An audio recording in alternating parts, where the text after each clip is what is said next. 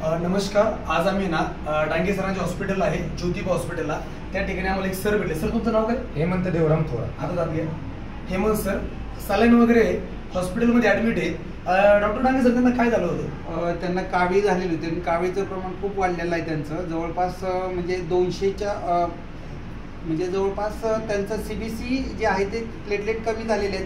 त्याच्यामध्ये 30,000 प्लेटलेट झाले आहेत. नॉर्मल 1,50,000च्या वरती पाहिजे असतं. आणि त्यांचं WC काउंट आहे, नॉर्मल रेंज आहे की 6,000 ते 7,000 पर्यंत. त्यांचं WC काउंट 18,000 झालेलं आहे.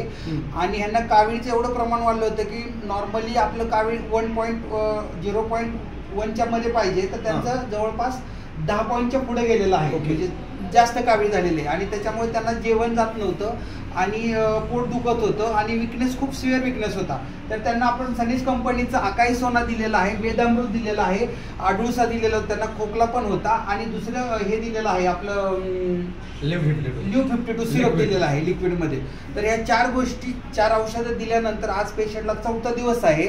आणि आज आम्ही परत त्याचे लॅब रिपीट चेक केलेला आहे. तर त्याच्यामध्ये WC काउंट 17,000चा जो WC काउंट होता तो 12,000वरती आलेला आहे. आणि प्लेटलेट 30,000चे 55,000वर गेलेले आहेत. आणि पेशंट स्वतःचा जेवण वगैरे करायला लागलेलं, कारण जेवण वगैरे काही जात नव्हतं. आपण काय करू आता? डांगे सरांनी ही गोष्ट सांगितली. ज्या व्यक्तीला रिझल्ट आला पेशंट थोडं सांगेल की खरा रिझल्ट कसा वाटतो तुम्हाला. मला जो सनेजचे जे प्रोडक्ट आहेत आणि ते मस्टली ते आयुर्वेदिक आहेत, म्हणजे त्याचे साईड इफेक्ट कुठलेच नाही.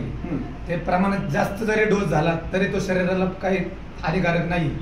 पण सनेजमुळे माझी आता शरीर यष्टी 2 दिवसात कम्प्लिटली 70% क्लिअर झालेली.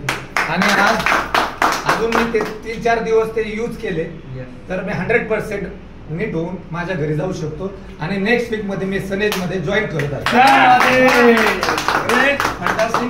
सनेजचे प्रोडक्ट बोलत नाही दादांनो, आपल्याला बोलावं लागतं. सनेजचे प्रोडक्ट रिझल्ट देतात. All the best. काळजी घ्या, काळजी.